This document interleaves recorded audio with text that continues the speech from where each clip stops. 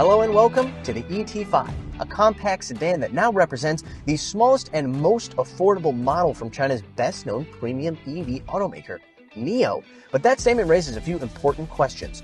First, does this thing have what it takes in terms of driving dynamics to compete with the likes of the BMW i4 in this segment? And second, has moving this far down market compromised Nio's ability to provide a premium user experience? First things first, since I'm already behind the wheel of the car, let's talk about how it drives. I want to start with what I think is the most important difference between this car and Nio's larger sedan, the ET7. The ET7 has a distinctly front-wheel drive biased driving dynamic. The ET5, on the other hand, does not.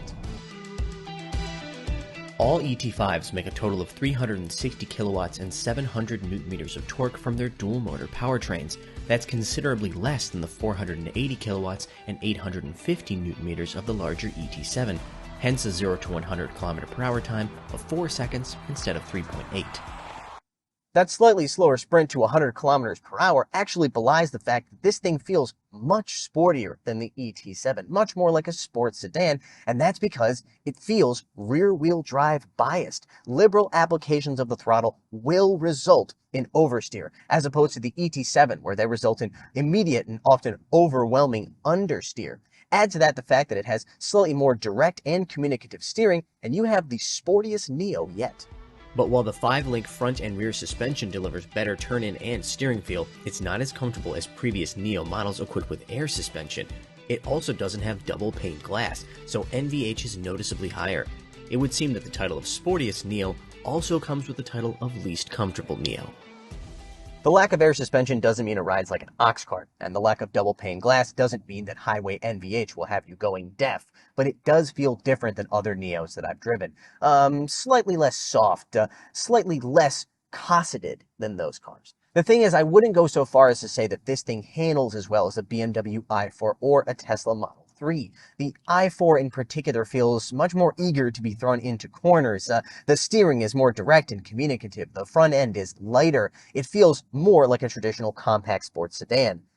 Then again, once you start looking at the prices, the difference actually doesn't seem that big. This car, here in China at least, starts at $48,000 for a 75 kilowatt-hour battery pack version. The Tesla Model 3 Performance starts at almost the exact same price. A BMW i4, on the other hand, starts $20,000 higher. ET5 models with a larger 100 kilowatt-hour battery pack start at $56,000 and promise 710 kilometers of CLTC range versus the 560 kilometers of the 75 kilowatt-hour pack. But all these prices assume you are buying the pack outright. If you choose to buy the car and lease the battery pack at a cost of around $140 a month for the smaller pack and $240 a month for the larger pack, the price drops to about $37,500. It's worth mentioning that this car has battery swapping available, which the BMW and the Tesla do not. You'll notice I haven't mentioned the 150 kilowatt-hour solid-state battery that Nio has been promising for a long time now. That battery is supposed to deliver 1,000 kilometers of range in the ET5.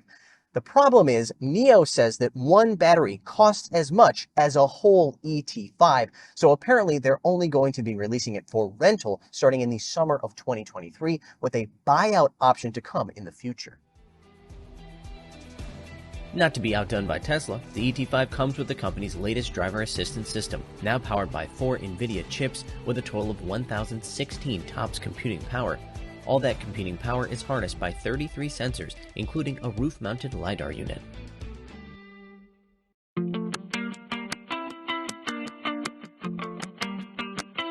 The ET5 isn't the new standard for handling in its segment, but it's a serious improvement for Nio.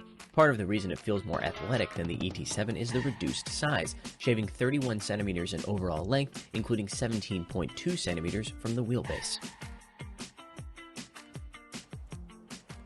The resulting design is tauter and sportier than the ET7. Our ET5 test car has a bunch of optional features here on the outside, including this sunbathe yellow paint color. That costs an extra $1,400 and is only available on the ET5, not other Nio models. You also have the same cost for the 20-inch wheels. These are bigger, of course, than the standard 19 inches, and underneath, optional orange brake calipers that will set you back $500. And finally, the moon theme. What that means is you get darker trim around the windows, as well as darkened badges throughout the car.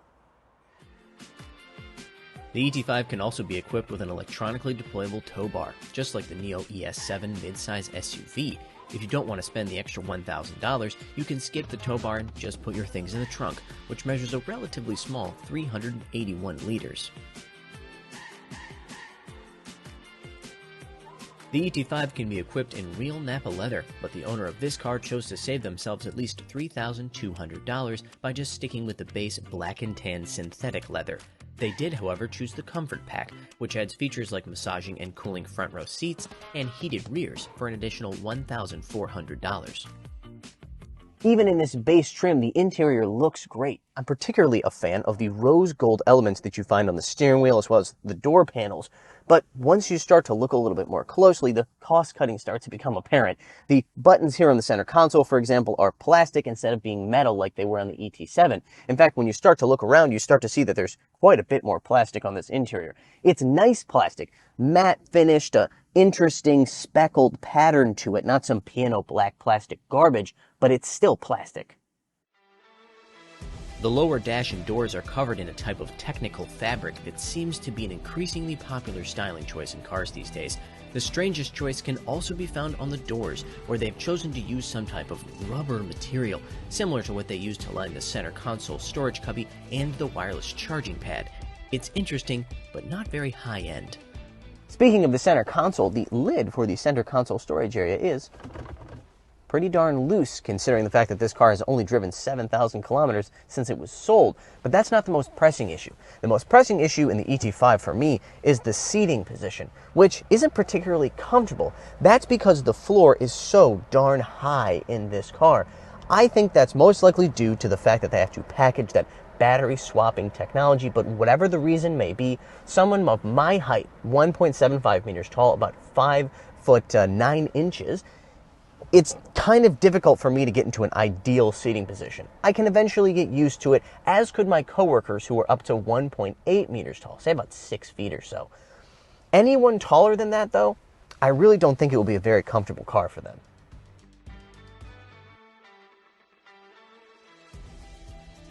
The rear is no better. While legroom is good, headroom is quite tight, and you have the same high floor. You also only get one USB port back there, which is fewer than you get in much cheaper Chinese cars. One USB port may be something the Germans can get away with, but Nio is a smart EV brand known for interiors that are full of features. Moving into a new segment, especially a more affordable one, is a challenge for any automaker, and Nio is no exception. There's definitely some problems with this car, particularly when it comes to the interior packaging and some of the material choices. But despite those drawbacks, which I have pointed out, I do think it offers a lot when it comes to the driving experience, the design, and the features for the price, particularly if you don't go crazy with the options and you rent that battery pack.